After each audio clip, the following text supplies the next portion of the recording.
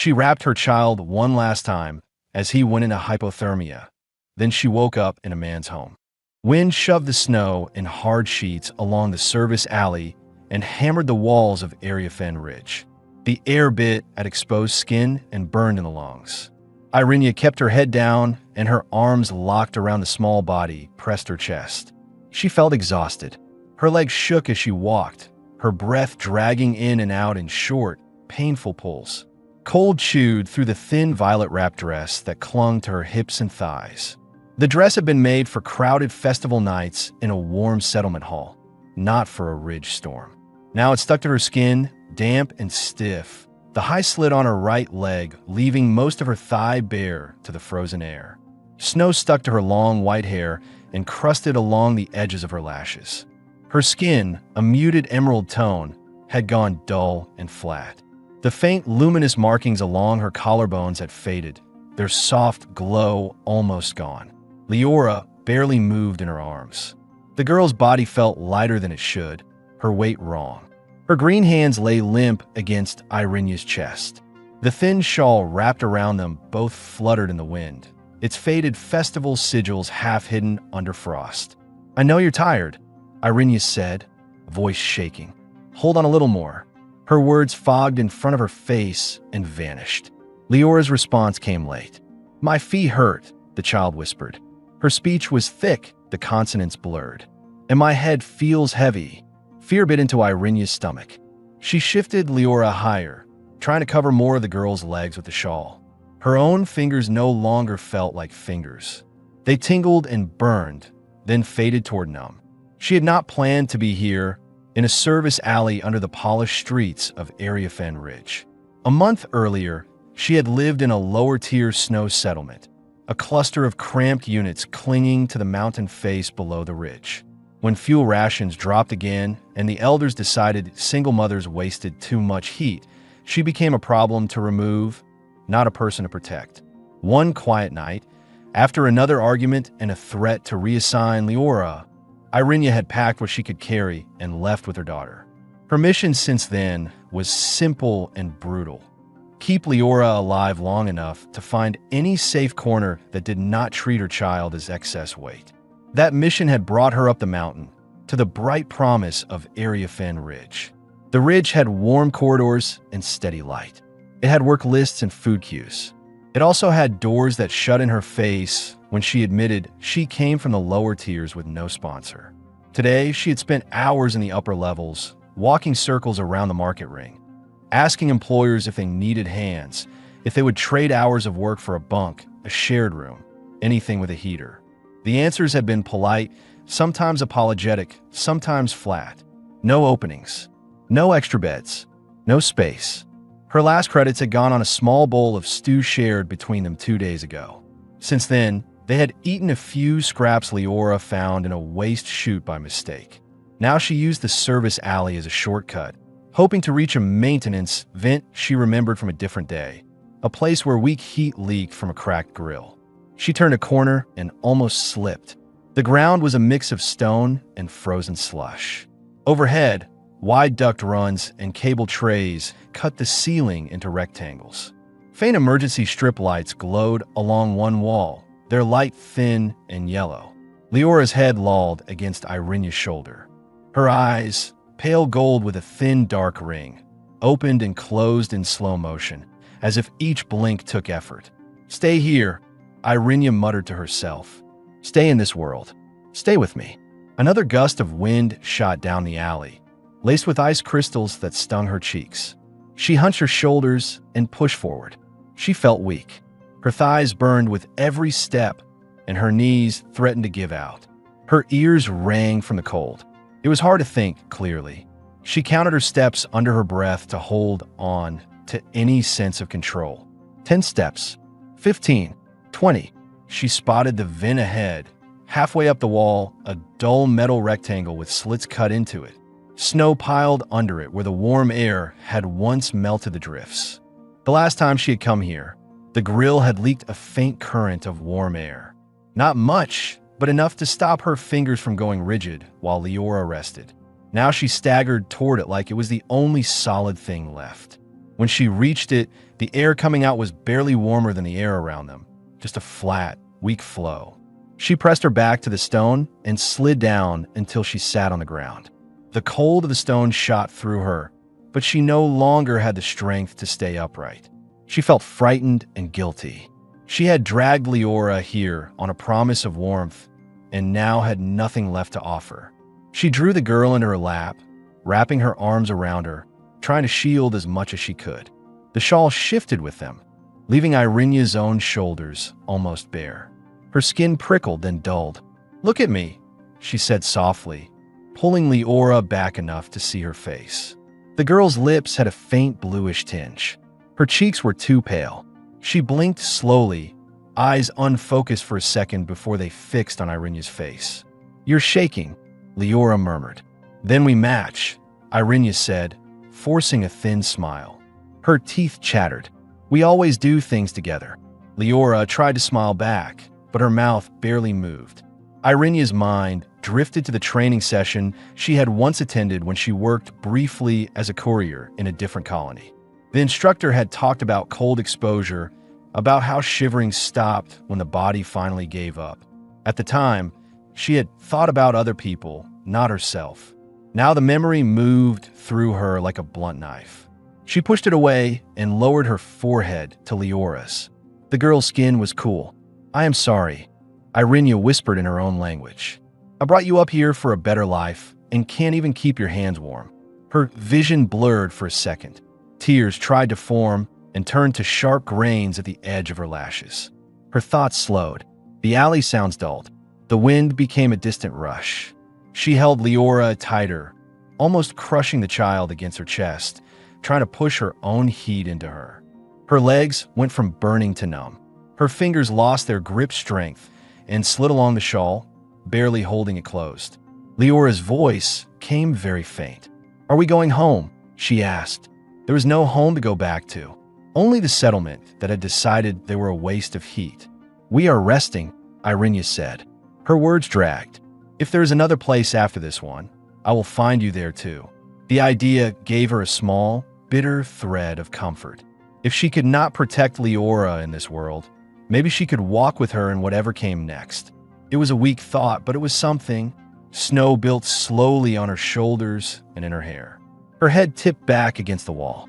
The overhead light blurred. Her breath thinned, chest rising and falling in shallow movements. Her eyes closed. At the end of the alley, behind a heady service door, Cade Myron signed off on his last inspection report for the shift. The Ridge tram systems had held steady through the storm. He checked the panel one more time out of habit, making sure the last cycle readings matched what he had seen out on the line.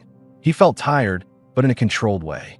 A long shift on the Ridge meant long hours in cold service corridors and maintenance bays, climbing ladders, checking cables, making sure no one else made dumb mistakes near open drops. He had spent most of his adult life working with bad weather and steep edges. Before Area Fan Ridge, he had served in Mountain Rescue Corps during the frontier conflicts. His team's job had been simple: go where others could not or would not, pull people out of storms and wrecks, bring them back breathing if possible and whole if they were lucky. That work had left marks on his body and on his habits. When the conflicts ended and he drifted into civilian work, he chose a post that still dealt with terrain and risk. As a Ridge tram supervisor, his official mission was to keep the transport lines safe and running. In his head, the mission was narrower and sharper: as few bodies in the canyon as possible. He closed the inspection console and stretched his back. His shoulders popped. The small control room smelled faintly of heated metal and stale coffee. A single overhead panel light cast a flat glow over the consoles. He pulled on his navy ridge coat, checked his pockets for key card and door tool, then pushed the security door open. The storm sound hit him first. It roared along the open path of the service alley like a river of air. Cold rushed into the doorway and wrapped his exposed skin. Snow gusted in, spinning under the light and settling in a fine layer on the floor. He stepped out and pulled the door almost closed behind him to keep the worst of the wind off the equipment. The alley stretched in both directions between the tall stone walls of the Ridge's understructure. Ducts, vents, and conduit lines ran overhead, dark against the pale ceiling. He started his walk toward the stairwell that led up to his living level. His boots bit into the snow on the stone. He had walked this path hundreds of times. Usually, he saw nothing but his own footprints, stray trash, and the glowing rectangles of vent grills. Tonight, something looked wrong. He felt alert. An old instinct stirred, the same one that had made him turn his head on ridgelines when a drift looked off. Halfway down the alley, a shape broke the smooth line of snow near one of the vents. A low, uneven mound, not the right form for a crate or a bin. He slowed.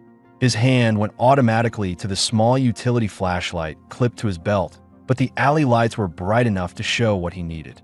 He saw a green arm first, half buried in snow, then the curve of shoulder.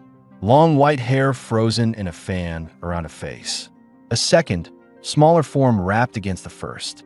His chest tightened, his jaw set in a straight line. He moved fast. The cold slammed against his legs as he dropped to one knee beside them.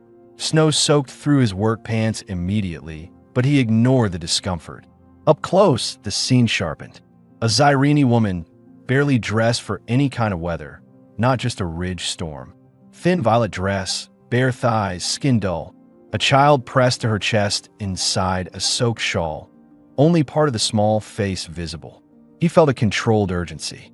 There was no room for panic. He needed information. He stripped off one glove with his teeth and shoved it into his coat pocket. His fingers burned as the cold hit them. He pushed snow aside from the child's neck with careful movements. Her skin was icy, almost hard under his fingers. He pressed 2 fingers against the side of her throat and counted. 1, 2, 3. A weak pulse fluttered under his fingertips. Slow but there. He shifted his hand to the woman's neck. Her skin felt like stone touched by the wind for too long. But after a long second, he found a faint, sluggish beat. Good, he muttered. You're both still in this. He forced his brain into a familiar pattern. Hypothermia meant slow warming, not sudden heat. He needed to get them out of the wind and onto a warm surface, remove frozen, wet layers, cover them with dry insulation, and increase the temperature in controlled steps. The service alley was the worst place to attempt any of that. He shrugged off his ridge coat in one practice motion. The storm blasted his now thinner layer of clothing, but he barely felt it.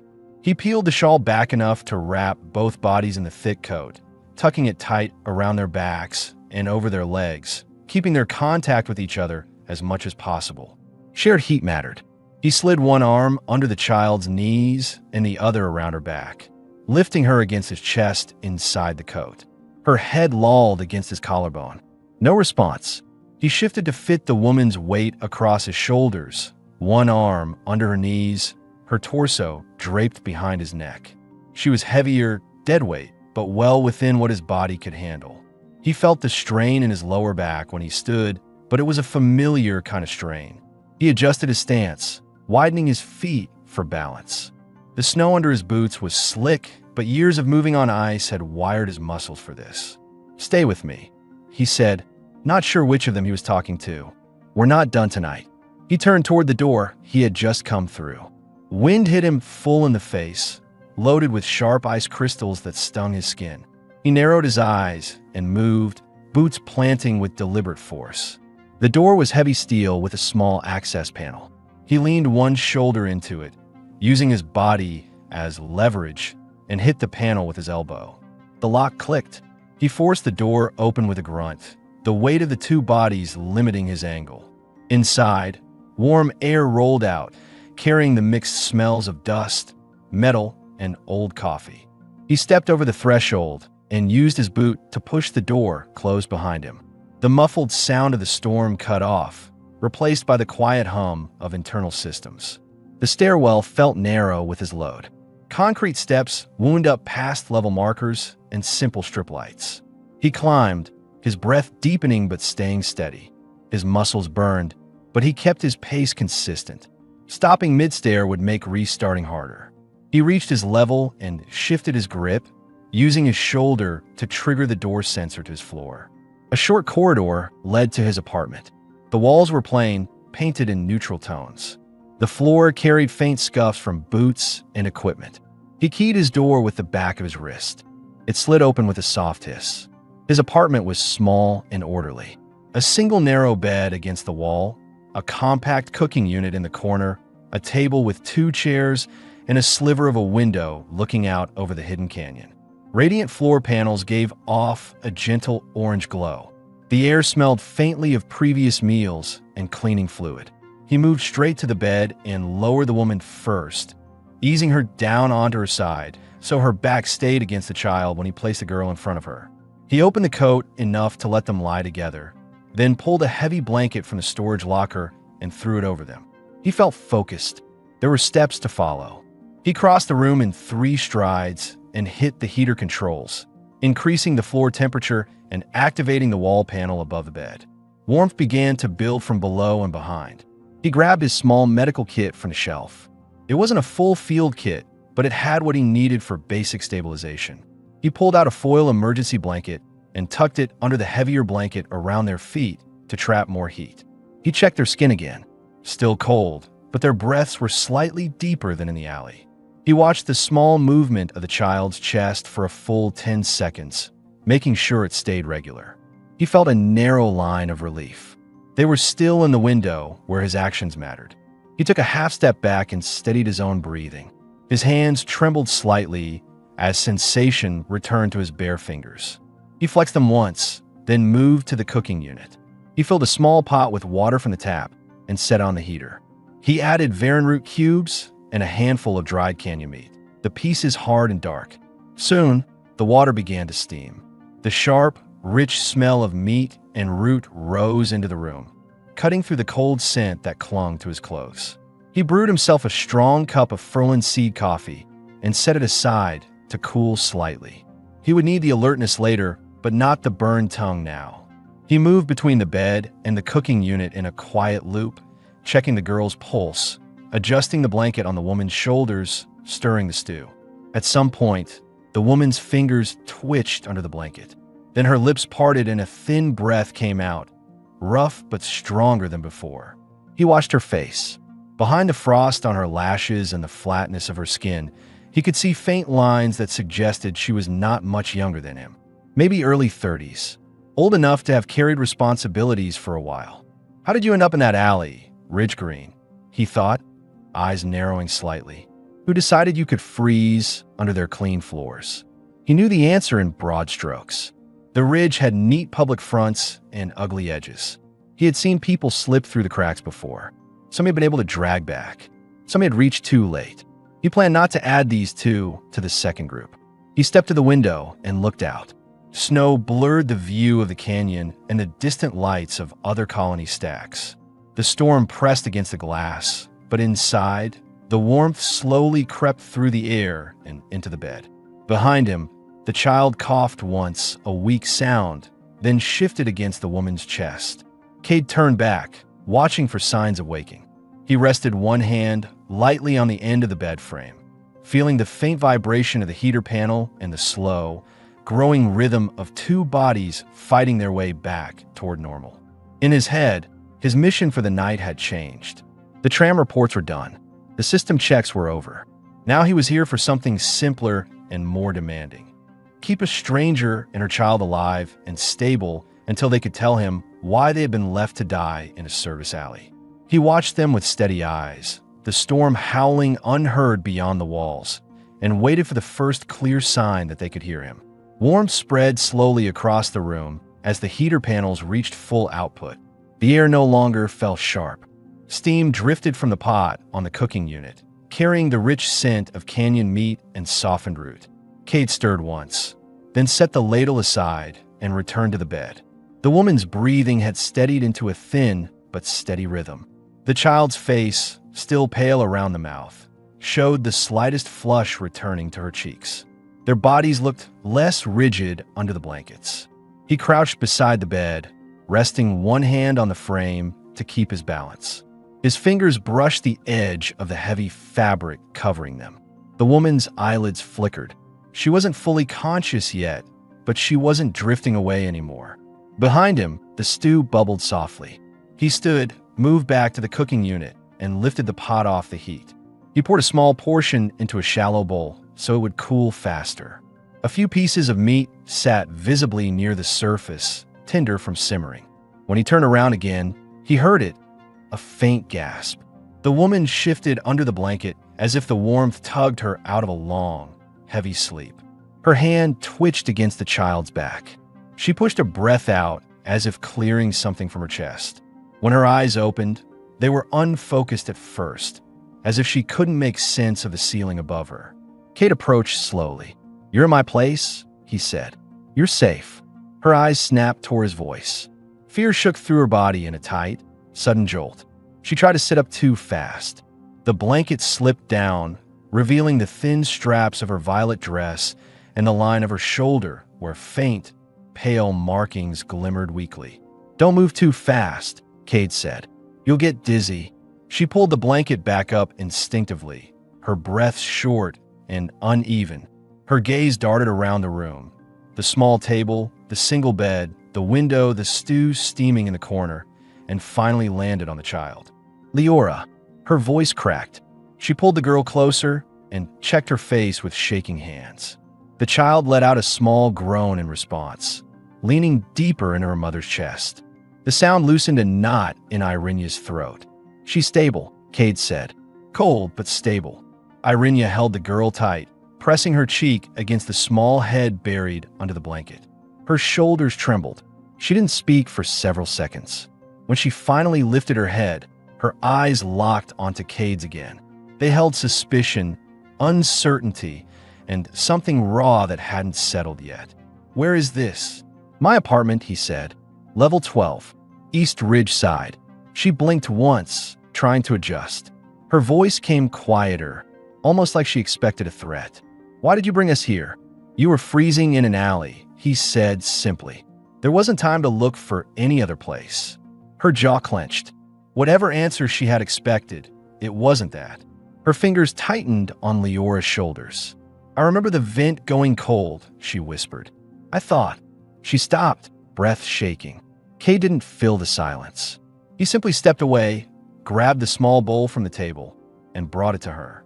He placed it on the bed near her knees. "Eat slowly." The meat's still warm.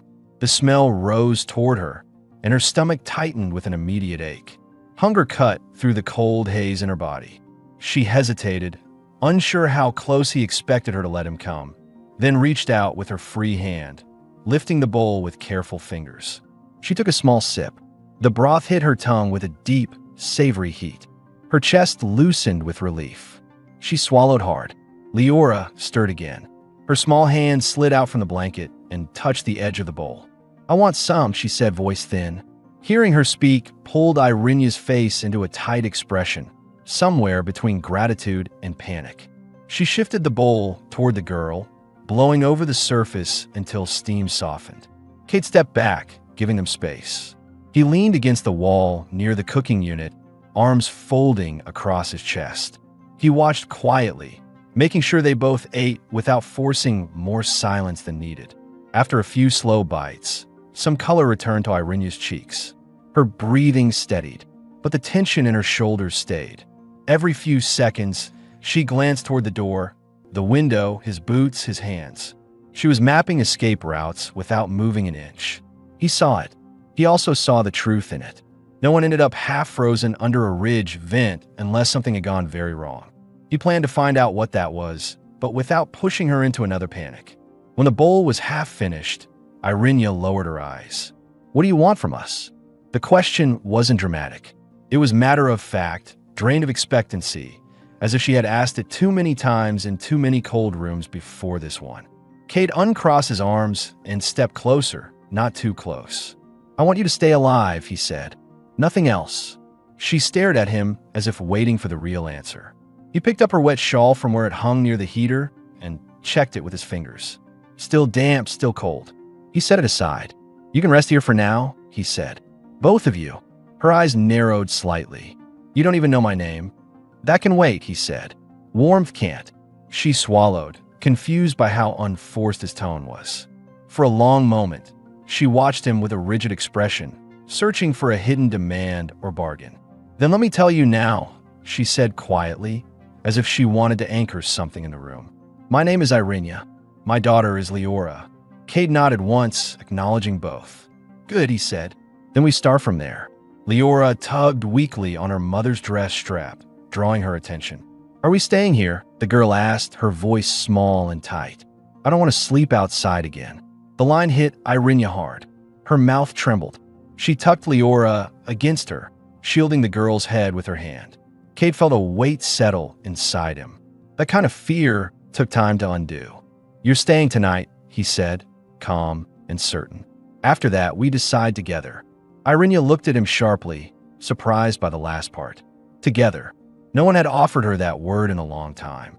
The tension in her shoulders eased a fraction, but her eyes stayed alert. Survival had trained her to listen between words. She shifted, gathering the blanket around Leora more securely. The movement exposed her thigh for a second, the cold reddened skin visible through the slit of the dress before she covered it again. The dress was never meant for cold or privacy. It left too much skin unprotected. He made a mental note to find her something warmer before they stepped outside again. Cade moved toward the cooking unit, grabbed a spare insulated cup, and poured a small amount of broth into it. He placed it on the table near the bed, close enough for Irenia to reach, but far enough not to feel imposed. You can have more if you want, he said. Irenia didn't answer immediately. She studied his posture, his hands, his tone. Then she nodded once. Thank you, she said. The words sounded heavy, like they carried more weight than simple gratitude. He took a step back, letting the quiet settle. Snow drifted against the window in soft patterns. The room felt warmer now, filled with the sound of Leora's small breaths and the slow rise and fall of Irenia's chest. Cade watched them without intruding. Their presence shifted the apartment's usual stillness in a way he didn't dislike. He planned to keep the environment stable tonight. Heat, food, space, and a steady voice.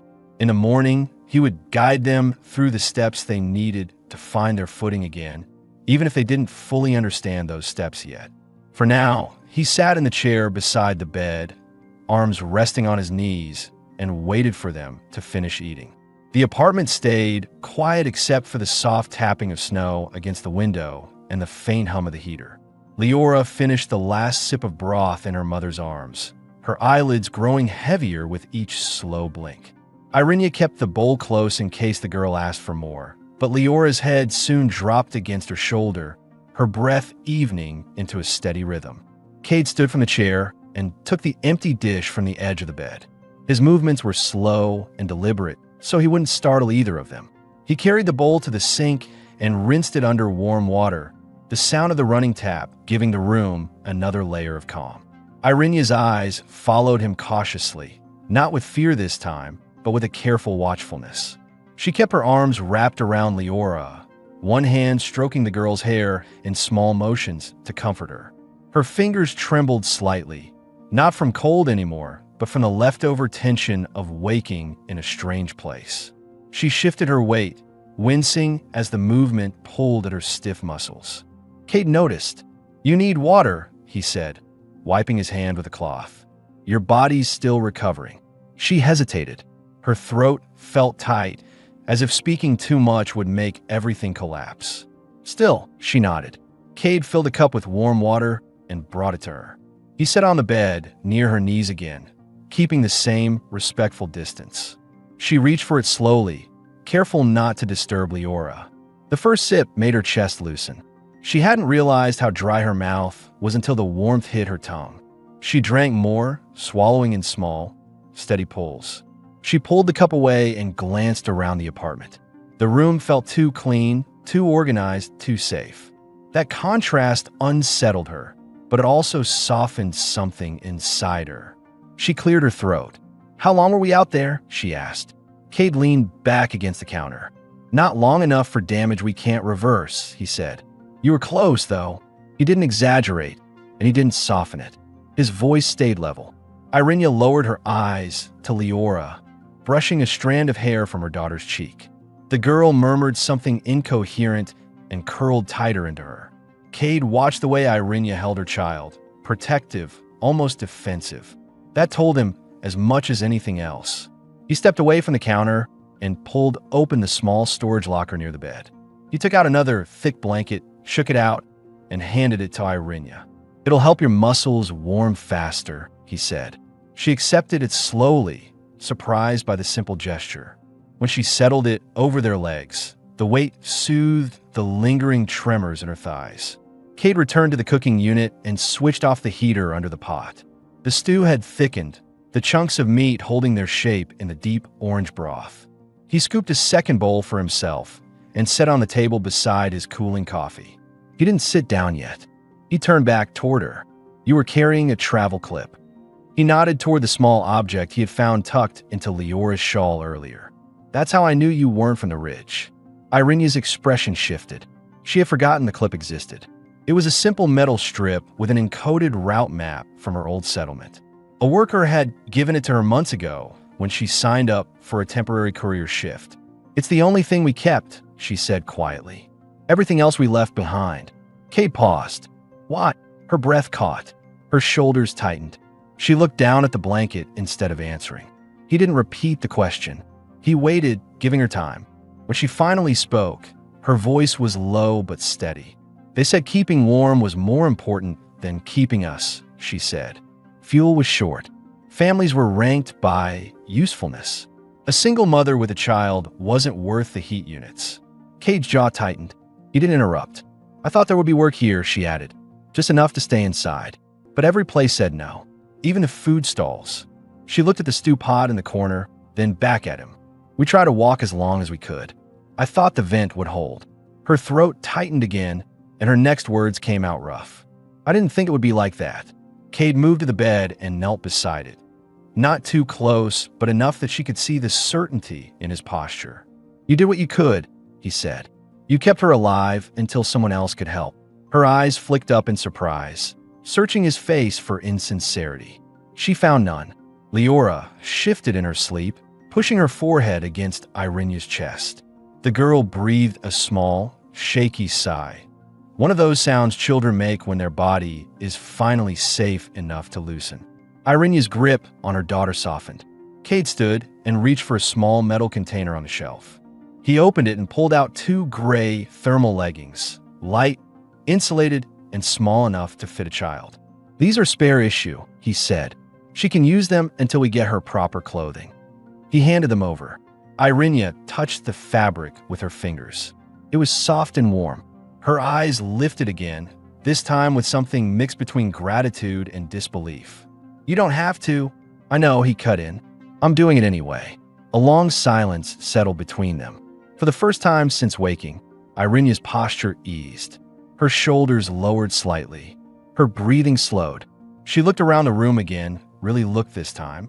The single bed, the folded cot leaning against the closet door, the worn boots near the window, the smell of stew settling into the air.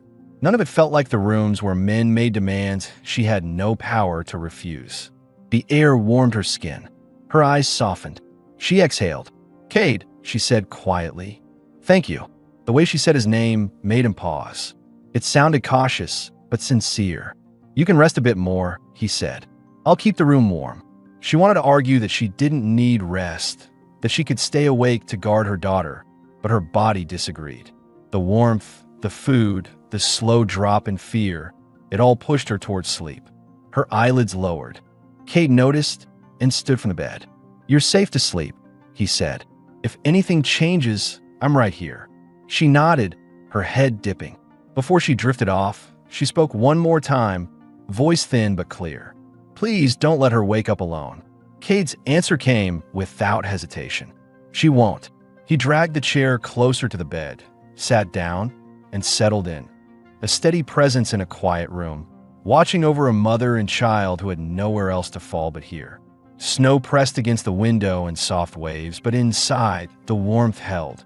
Snowlight filtered weakly through the narrow window when Irenia's eyes opened again. The storm outside had not stopped, but the room felt warmer than before, the heat steady under the floor panels. She blinked once, adjusting to the soft amber glow of the heater panel above the bed. Leora was still curled in her arms, breathing evenly.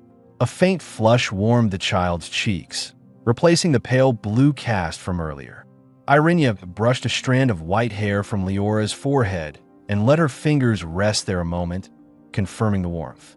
Cade sat where he had promised, still in the chair near the bed, elbows resting on his knees, head lowered slightly as if he had dozed without meaning to. His ridge coat lay folded on the table, his boots lined neatly by the door. He lifted his head when he heard Irenia shift. "You're awake." His voice was soft, steady. Irenia pushed herself up slowly, careful not to disturb Leora. Her muscles ached with a dull, deep tightness. She kept the blanket over her legs and adjusted the thin straps of her dress, which had slipped slightly while she slept. The brief contact of cold air against her skin reminded her how exposed the dress always left her. "How long?" she asked. "A few hours," Cade said. "You both needed it." Leora stirred, rubbing her face against Irenia's chest. She blinked groggily, eyes still swollen with sleep. "Mom," she whispered. "I'm here," Irenia murmured, kissing the top of her head. Cade stood from the chair and moved toward the cooking unit. The pot on the counter gave off a faint warmth. He lifted the lid to check the contents. "You should eat again," he said. "Small portions. It'll help bring your body back up." Irenia hesitated. Her pride always tugged against the instinct to accept help, but the smell of the stew reached her, rich and savory. Her stomach tightened. Cade saw the silent conflict and filled 2 small bowls without comment. One for Irenia, one for Leora. He placed them on the table near the bed, keeping his movements slow and visible. "You can sit here," he said. Irenia shifted carefully, easing Leora onto her side before sliding to the edge of the bed. Her bare feet touched the warm floor, and the heat sank into her skin with a surprising intensity. She steadied herself with one hand on the bed frame. Leora sat up too, gathering the blanket around her shoulders. The thermal leggings Cade had given her lay folded neatly nearby. He noticed Irenia looking at them. "She can put them on when she's ready," he said. "They'll help outside." Leora reached for the leggings without hesitation. Irenia guided her into them, tugging them up over her thin legs, smoothing the fabric to make sure there were no cold gaps. The child sighed at the warmth. Cade watched from the table, giving them distance while staying close enough to step in if needed. When Irenia and Leora sat with their bowls, Irenia took the first bite. The stew was thicker now, the meat soft and the broth deep orange. The warmth spread down her chest, easing the residual tightness around her ribs. "This is good," she said quietly. Cade nodded. "Simple recipe, easy on the stomach." Irenia fed Leora small spoonfuls.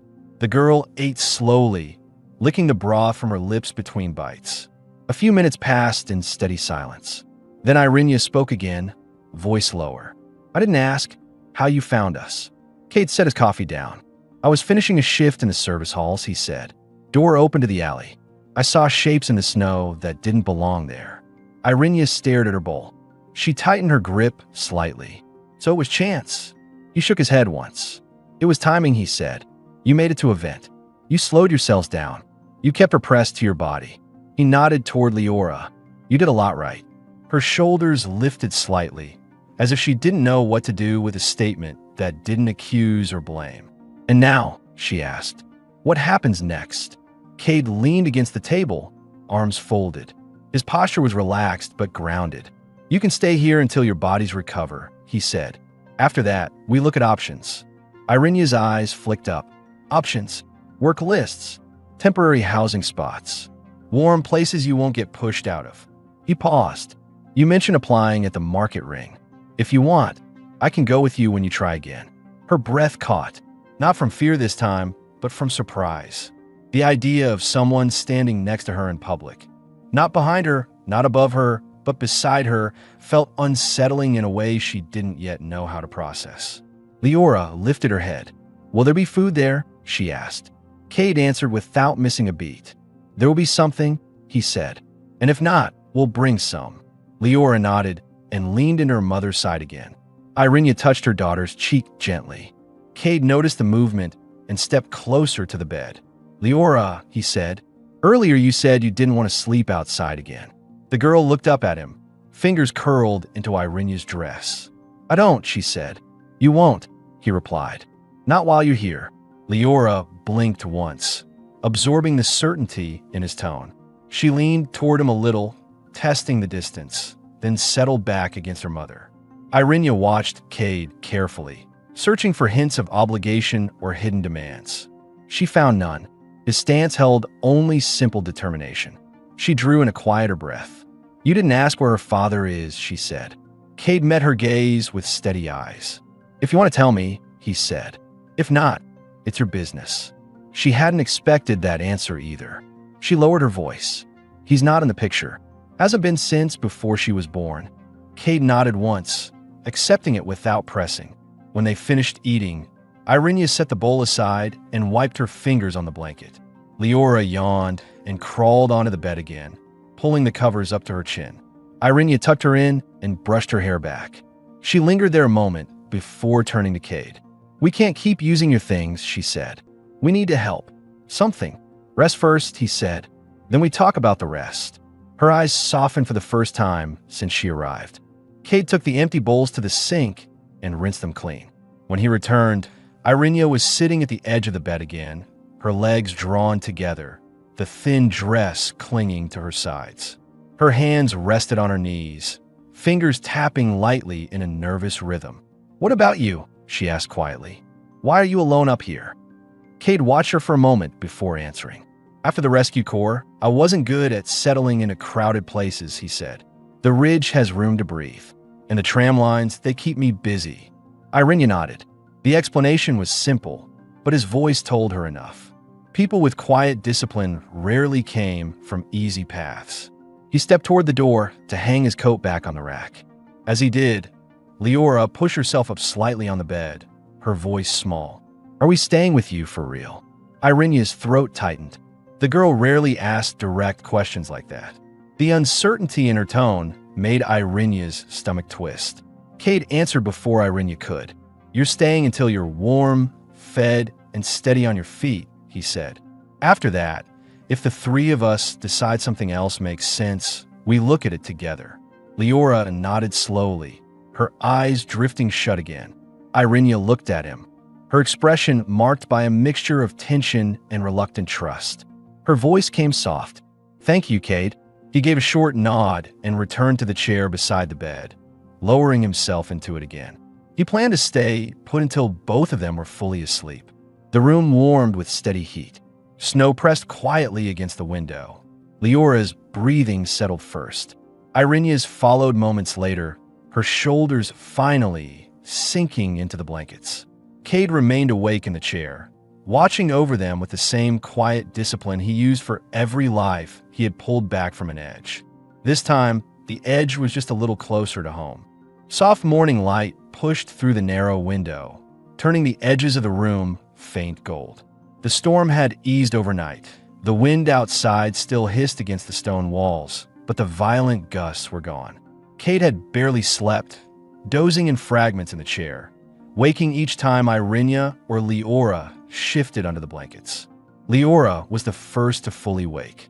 She stretched her small legs under the blanket, rubbed her eyes, and peered around the room as if checking whether everything from last night was still real. When she saw Cade sitting there, she froze for a moment, then relaxed and pressed her face into her mother's shoulder. Irenia stirred at the movement, eyelids fluttering open. The lines of exhaustion around her eyes were still there, but her face held more color. Her white hair spilled over her shoulders in loose strands, slightly tangled from sleep. She blinked at Cade, uncertain of what time it was or how long he had been sitting there. "You stayed," she said quietly. "I said I would," Cade replied, standing from the chair. His joints cracked slightly after so many hours in the same position. He rolled one shoulder to loosen it and crossed to the cooking unit. The stew had cooled. He reheated a small portion, then reached into a drawer for dried canyon strips. Thin cuts of salted meat, tough until warmed. He placed them onto a heated plate. The smell filled the apartment, warm and direct. Leora perked up immediately. "That's meat," she whispered. Irenia touched the back of the girl's head. "We'll eat," she said gently. Cade set 2 small plates and a cup of warm water on the table. He didn't gesture or demand they come. He simply prepared it and stepped back. Irenia lifted Leora from the bed, settling her feet onto the warm floor. The child's legs wobbled at first, still weak from the cold, but Irenia held her steady. The girl wore the thermal leggings from last night, the fabric hugging her legs with a clean, neat fit. Irenia hesitated before standing herself. Her dress had ridden up during sleep, the high slit exposing most of her thigh. She quickly pulled the fabric down, adjusting the straps. She crossed her arms over her chest for a moment, trying to steady her breathing. Kate pretended not to notice the brief flush along her cheeks and simply walked to the window. "The tram lines are running again," he said. "If you're both feeling steady, we should check the market ring. See if any stalls have openings." Irenia froze. "You want us to go outside?" "You need food, clothing, and a plan," Kate said. "Staying here without those won't help in the long run." Her breathing changed. She glanced at Leora, small, fragile, still recovering, and then at the window where drifting snow veiled the view of the ridge. "We won't survive another cold walk like yesterday," she murmured. "You won't be alone this time," Cade said. His voice held no pressure, just calm certainty. Leora climbed onto the chair at the table. She grabbed one canyon strip with both hands and bit into it. The tough meat softened under her teeth from the heat of the plate. She chewed slowly, savoring each pull of flavor. Irenia watched her child eat with quiet relief before moving toward the table herself. Cade took his own plate and sat at the other end of the table, giving them space but staying close enough to keep a steady atmosphere. As they ate, Irenia finally asked a question she had been holding. "Why does someone like you live alone?" Her voice was quiet but sincere. Someone trained to save people. Someone who pays attention. Cade didn't look away from his plate. "After the rescue corps, I tried living with others. Too many questions. Too many expectations. Too little room to breathe." He cut a piece of meat and continued. "Here, I can focus. Work. Sleep. Keep the trams safe." Irenia watched him, studying his stern posture, the scars on his forearms, the lines around his eyes that came from staring into snowstorms for too many years. "So you chose the ridge because no one bothers you." "I chose the ridge so I could do my job without dragging people into things they can't handle." He rarely talked about himself. Irenia sensed that, but his voice held the weight of a man who had seen too many things go wrong on a mountainside. Leora suddenly climbed down from her chair and walked toward Cade. She stood beside him, holding a half-chewed strip of canyon meat in her hand. "Is it okay if I finish it?" she asked. Cade met her eyes. "Finish as much as you want." She nodded once, satisfied, and pressed closer to his side, leaning slightly against his arm. Irenia tensed, surprised at her daughter's boldness. Leora had never warmed to strangers so quickly. Cade didn't move away. He shifted his arm just enough to steady her so she wouldn't slip. The girl spoke again, quieter now. "Can we stay where it's warm today?" Irenia inhaled sharply. The line hit harder than anything the girl had said so far. A tear formed at the corner of her eye, but she blinked it away before it fell. Cade rested his hand briefly on top of Leora's hair. "You're not going anywhere cold today," he said. Leora leaned deeper into his arm, comforted. Irenia swallowed hard, voice low. "She's not usually this bold. She's tired," Cade said, "and she trusts her instincts." He stood and washed his plate in the sink. Then he pulled a dark thermal undershirt from his storage drawer and handed it to Irenia. "You can wear this under your dress. It'll help outside." The shirt was long, soft, and clearly his. Irenia stared at it for several seconds before taking it with both hands. "I don't usually take clothes from men," she said quietly. "I don't usually give mine away," he replied. Their eyes met for a moment. Neither looked away. Irenia broke the tension by standing. She carried the shirt to the far side of the room and slipped it over her head. The fabric fell to her upper thighs, hugging her waist lightly. Her dress clung differently beneath it, the straps hidden, the high slit still visible but less exposed. When she stepped back into the room, Cade glanced up. His concentration didn't break, but his gaze sharpened for a brief second. "You'll be warmer now," he said. She nodded. "When we go to the market ring," she asked, "what do I say?" "They don't hire people from the lower tiers." "Let me do the talking," Cade said. "You just stand with me." Irenia tightened her grip on Leora's hand. And if they ask why, Cade picked up his coat from the rack. I'll tell them you're with me, he said. No one questions a Ridge supervisor when he brings someone to the list. A quiet breath escaped her, almost disbelief. For the first time, hope flickered through her expression, thin, cautious, but real. He opened the door, letting a rush of cold air into the apartment. Stay close, he said. Irenia lifted Leora into her arms, wrapped the blanket around her daughter, and stepped into the hall. Cade locked the door behind them and walked ahead, his shoulders squared, his pace steady. Irenia followed, holding Leora tight and matching his steps. It was the first time in a long while she wasn't walking into the cold alone.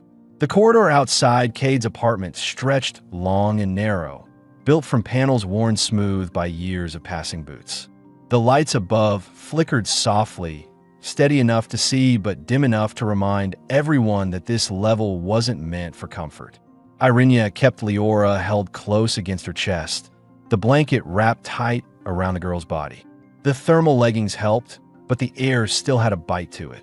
Cade walked a few steps ahead, checking the corners with the reflexes of someone who once worked in dangerous terrain. His boots made a firm rhythm on the metal floor. He didn't rush. He kept a pace Irenia could easily match. When the draft grew colder near the lift shaft, he slowed even more, letting her catch up. You doing all right? He asked without turning. Yes, Irenia said. Her voice was steady, but her fingers tightened around Leora. She's holding on. Leora tucked her face against her mother's neck. I'm okay, she whispered. Cade pressed the lift button.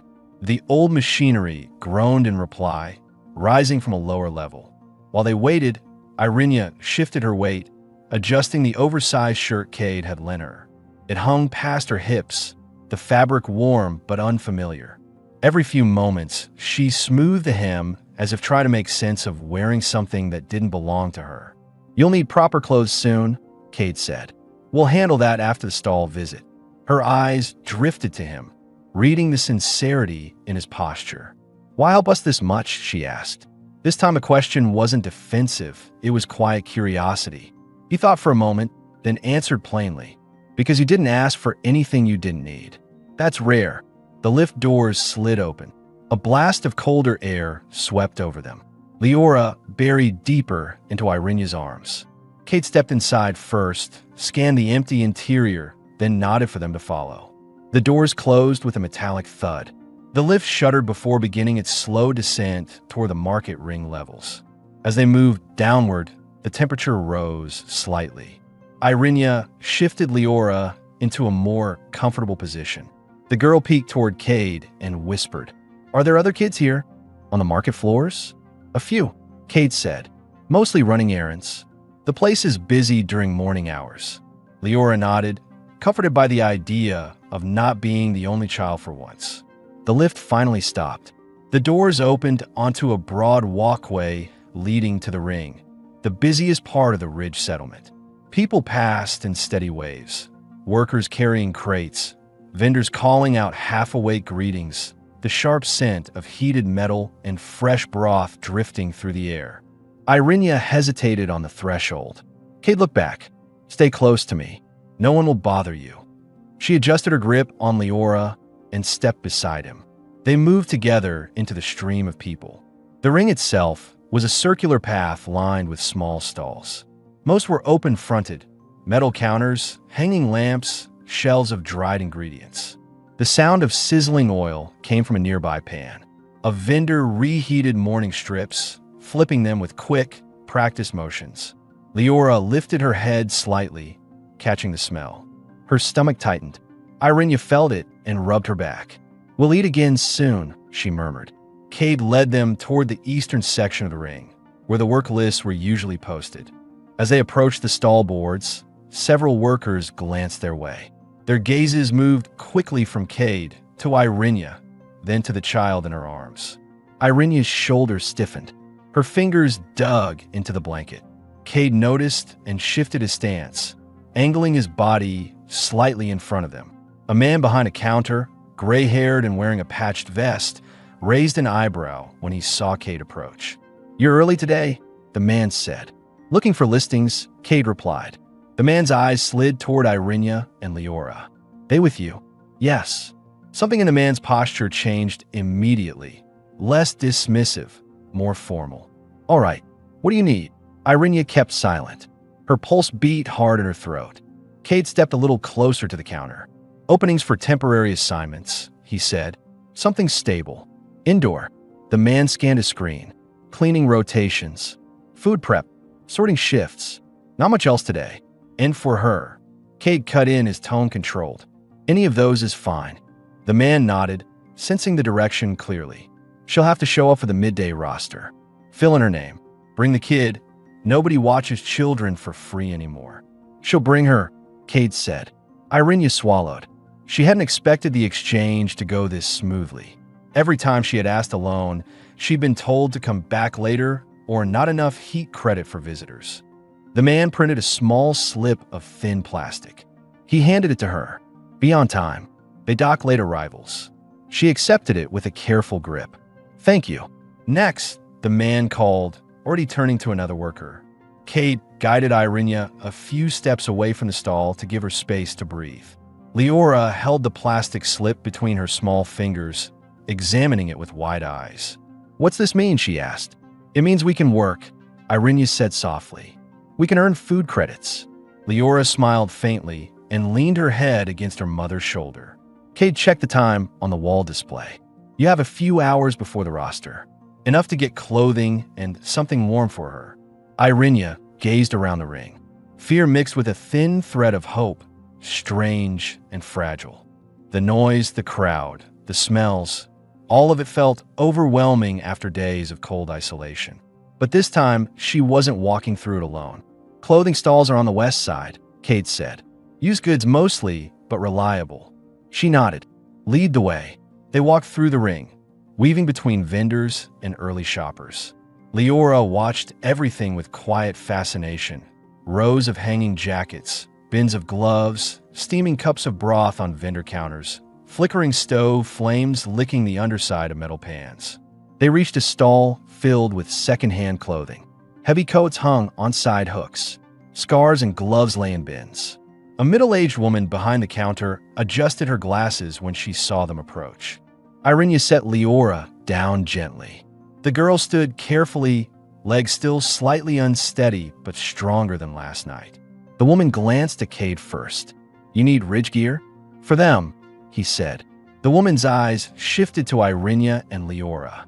There was no judgment, just a quick assessment, the kind merchants make when figuring out sizes. She pulled a small coat from the rack. Dark gray, fur-lined, warm. For the little one, Leora reached out, touching the soft lining with wonder. And for her mother, the merchant eyed Irenia's thin dress, the oversized shirt beneath it, and the exposed thighs peeking through the slit. You need something warmer than that. She handed over a long, dark coat, worn but thick, with adjustable ties at the waist. Irenia hesitated. We don't have credits yet. Cade placed several credit chips on the counter. I do. Irenia turned sharply. Cade, it's not charity, he said. It's preparation. The merchant began packing the items before Irenia could argue. Leora tried on her coat first. When the woman fastened the buttons, the child let out a small, satisfied breath, almost a tiny laugh. Irenia watched her daughter's smile bloom, her eyes softening. The merchant held out the longer coat for Irenia. She slipped into it slowly. The weight settled over her shoulders, wrapping warmth around her chest, her sides, her legs. The slit of her thin dress disappeared beneath the fabric. She tied the waist and drew the collar closer to her neck. For the first time since Cade had found them in the alley, she felt protected from the cold in a way that didn't rely on luck. She looked at Cade. Her voice came steady, no longer trembling. Thank you. He nodded once. Let's get you both fed before the roster. They left the stall together, 3 figures moving through the crowded ring, the noise rising around them, the warmth of new coats shielding them from the last remnants of the storm. For the first time in a long stretch of harsh days, their steps carried something forward instead of away. The market ring grew louder as the morning crowd thickened. The heat lamps above the food stalls glowed a muted orange, casting soft light over trays of simmering broth, grilled grain cuts, and fresh flatbreads. Cade guided Irenia and Leora toward a quieter corner where the lines moved faster. He made sure to keep a step ahead so no one brushed against them in the crush of bodies. Leora tugged lightly at Irenia's sleeve. "Is it okay if I stand?" "You can," Irenia said. She crouched, adjusted Leora's coat, and brushed a loose white strand from the girl's cheek. "Stay close." Cade ordered 3 bowls of steaming ridge meat strips with soft grain and a side of warm broth. The vendor packed them into sturdy containers and handed them over.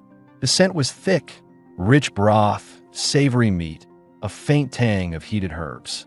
Irenia hadn't eaten real meat in days. Leora stared at the bowl she was given, eyes shining in quiet anticipation. "Let's sit," Cade said. He pointed toward a narrow seating area against the wall. Benches bolted into the metal floor, close enough to hear the low hum of generators beneath. They settled there. Irenia helped Leora onto the bench first, then sat beside her. Cade took the outer edge, angled so he could see the walkway. He kept that position without thinking. Years of rescue work had trained him to watch for what others missed. Irenia took her first bite carefully. The meat was tender, the broth warming her throat instantly. Her chest loosened. The heat spread through her limbs. When she glanced at Cade, she caught him watching her, not with hunger or possession, but with the quiet satisfaction of someone seeing a plan succeed. "You should eat too," she said. He opened his container and took a slow bite. "I will." For a few minutes, they ate in steady silence. Leora finished half her portion before pausing, chewing with a small frown. "What is it?" Irenia asked. Leora lifted her bowl slightly. "This tastes like the stew they used to make in the lower quarter. Only this one doesn't hurt my throat." Irenia's breath caught. She rubbed Leora's back. "That's because this is real meat, not stretched scraps." Leora nodded and leaned her small shoulder against Irenia's side. Then, after a pause, she spoke softly, almost accidentally. "I don't want to be cold again." The line hit hard, simple, real, fragile. Irenia's fingers trembled against Leora's coat.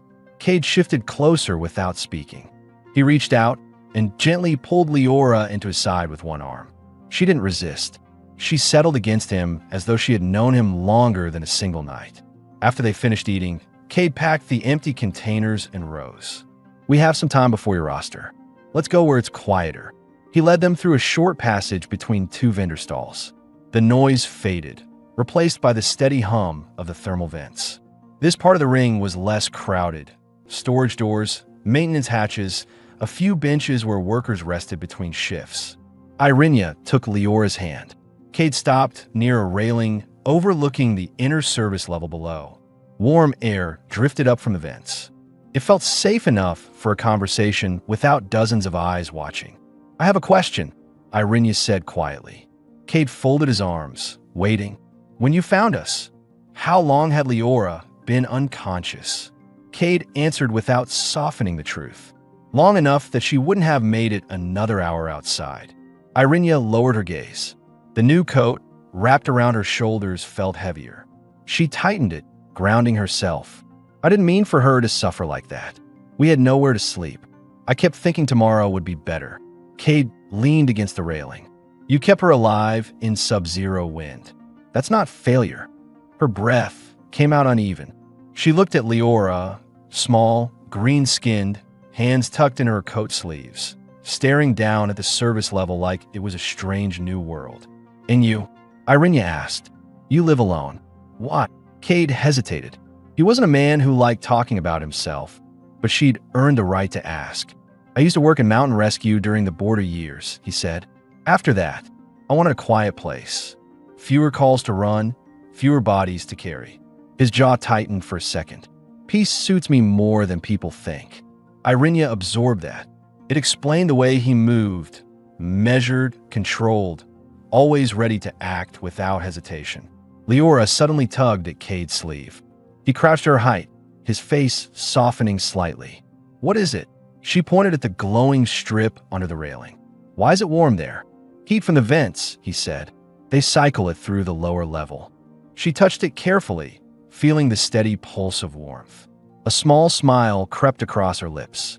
"We should live near warm places," she said in a quiet, matter-of-fact tone. "If we stay together, we won't freeze." Irinia blinked hard. The words weren't dramatic. They were honest, childlike logic shaped by fear and hope. She steadied her breathing and placed her hand over Leora's. Kate stood slowly. His decision was immediate. "Then we'll stay together for now. You need stability before anything else." Irinia tried to read him. "You're certain?" "I wouldn't say it if I wasn't." His voice held steady authority, not bravado. "You're not a burden." She swallowed. Her chest tightened. "I don't know how to live in someone else's space without giving something back." "You already are," he said. "You make the place feel lived in." The warmth in his tone unsettled her more than any warning. She wasn't used to being spoken to like a person, not a transaction. Before she could respond, a soft alarm chimed from the ring speaker.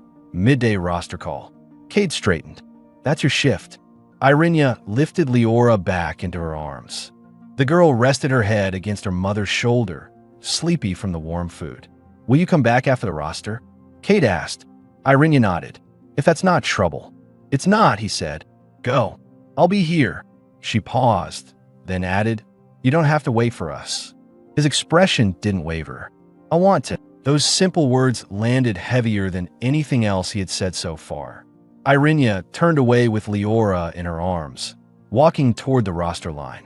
Kate stayed by the railing, watching until the crowd swallowed them. His posture stayed steady, shoulders squared, hands relaxed, but there was a sharp awareness in his eyes.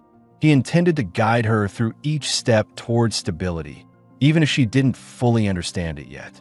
For the first time in years, his life wasn't quiet. It wasn't solitary. It was shifting piece by piece towards something he didn't expect but wasn't resisting. He waited. The roster queue stretched along the inner wall of the ring, workers standing shoulder to shoulder beneath the overhead lamps. Irinia moved forward slowly, Leora resting quietly against her. The warmth of the new coat helped, but the floor hummed with the chill of the ridge beneath. Irinia kept one arm wrapped firmly around her daughter's back, grounding both of them. When they reached the front, a board attendant scanned the slip and tapped her name into the work log. He glanced at Leora with a short, disinterested nod. "Bring her with you. Don't block the walks." "That's all." Irinia held back a sigh of relief. For once, no questions, no thinly veiled insults. She gathered Leora, stepped into the assigned cleaning corridor, and began wiping down the counters and wall panels. The tasks were simple: wiping, sorting, placing containers onto correct shelves. She worked steadily, careful not to jostle Leora, who sat nearby with a small bin of soft cloths, stacking them carefully as if it was a real job. As Irinia worked, faint voices from other workers drifted by the doorway. "Who's the green woman with the kid?" The human from tram control brought them in. Brave of him. People talk. Irinia kept her breathing even. The coat Kate bought felt heavier now. Not just warm, but protective. She didn't look toward the voices. She focused on the work, letting the rhythm of movement steady her mind. After nearly 2 hours, the shift bell rang. Irinia turned to Leora. "Come on, we're done." The girl stood, brushing lint from her coat, proud of her neat pile of cloths. "I helped," she whispered. "You did," Irinia said. "Very much." They stepped back into the ring, and the warm lights made Leora blink in surprise. Irinia's heartbeat kicked faster as she scanned for Cade. Afraid he might have left, afraid she'd misread everything he said earlier. Then her breath stilled. He was exactly where he said he'd be. Cade stood by the railing, arms folded, watching the walkway. When he saw them, his posture eased. He pushed off the railing and met them halfway. "How was it?" he asked. Irinia shifted Leora to her other hip. "They gave me simple work. No trouble." Cade nodded. He took Leora gently from her arms so Irinia could stretch her back. Leora settled against him as if she had been carried by him 100 times before. "You did good," he said. Irinia exhaled slowly, tension leaving her shoulders. "You really waited." "I said I would." His tone held no hesitation. He gestured toward the lift. "Let's go home." The word home made Irenia's chest warm in a way she wasn't ready to name. Still, she followed. They walked together, Cade carrying Leora, Irenia moving beside him, matching his pace step for step. The lift carried them upward to his level, the quiet hum of machinery filling the space. Leora's head rested on Cade's shoulder, her eyes half closed. Irenia watched them, absorbing the sight slowly, like something fragile and new. Inside the apartment, warmth embraced them immediately. The floor panels glowed in faint amber, and a small pot sat on the stove, steam rising from the surface. Cade set Leora on the bed. The girl curled under the blanket without protest, exhaustion settling into her bones after the long morning. Irenia removed her coat and hung it by the door. The thinner dress beneath clung slightly from the heat, the fabric softening. She caught Cade watching her.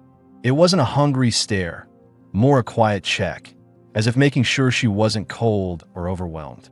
He stepped closer. "Sit. I'll make you something." She shook her head lightly. "You already made enough. You didn't eat much at the market." He was right. She hadn't realized how the noise had dulled her appetite. She sat at the small table. Cade returned with 2 bowls, meat strips reheated in broth, mixed with soft grain. He placed one in front of her, then sat opposite. For a moment they ate without speaking. The food was warm, rich, steadying. Irenia felt her body settling, her heartbeat matching the quiet pace of the apartment. When she finally spoke, her voice was low. "You don't have to take care of us this much." Cade set down his spoon. "I'm not doing it out of duty." "Then why?" He hesitated just long enough to choose honesty over caution. "Because I feel better with you here than without you." Her breath caught. She didn't look away this time. "I don't know how to be in a place like this, where someone actually wants us." "I'll teach you," he said. She held his gaze, testing it, looking for anything unsteady. But he didn't shift. He wasn't fragile or uncertain. He was steady in the way mountain stone was steady. Quiet, protective, unshaken. A faint sound broke the moment. Leora, rolling in her sleep, mumbling something soft. Irenia stood quickly, checking her daughter. Leora's small hand reached toward her without waking. Irenia brushed her lips against Leora's head, then returned to the table. Her pulse was faster now. "Cade," she said quietly, "you said we should stay together for now, for her stability." "Yes." She swallowed and gathered her courage. "If we stay here, if this becomes our home, I need to understand what you want from me." Cade leaned forward slightly. His voice stayed calm. "I want honesty. I want you safe. I want the girl safe. And if there's something more between us, it should happen because we both choose it." The air felt warmer. Irenia's fingers curled around the edge of the table. "I haven't had anyone choose me," she said. "You do now," he answered. The room settled into a quiet so intimate it didn't need words. Irenia rose slowly, drawn to him by something she couldn't rationalize anymore. When she reached him, she stopped inches away, searching his face once more. Cade didn't move until she placed her hand lightly on his chest. Only then did he lift his hand and touch her waist, fingers steady against her skin through the thin dress. Her breath trembled. She leaned forward. Their lips met with slow certainty. No rush, no desperation. Just a choice, mutual and clear. They stayed close for a long moment. When she finally pulled back, her cheeks were warm. "I should sleep near her," Irenia said. Cade nodded. "All right." She stepped toward the bed, then paused. Her hand went to her lower stomach, a light press. A strange flutter moved there, subtle, but real. She frowned softly. Cade noticed. Something wrong. She shook her head. Just warmth. Maybe too much heat from the food. But as she lay beside Leora, wrapping her arms around the girl, her mind caught on the feeling again. A small, growing warmth low in her belly. Not sickness, not discomfort. Something softer, deeper. Leora shifted and whispered half asleep. "Don't go anywhere, Mama." "I won't," Irenia whispered back. Cade dimmed the lights. The apartment settled into steady shadows. Irenia kept her eyes open a moment longer, her fingers resting again on her lower stomach. The warmth didn't fade. It felt like the beginning of something, quiet, certain, and unmistakably alive. And this time, nothing in her told her to run.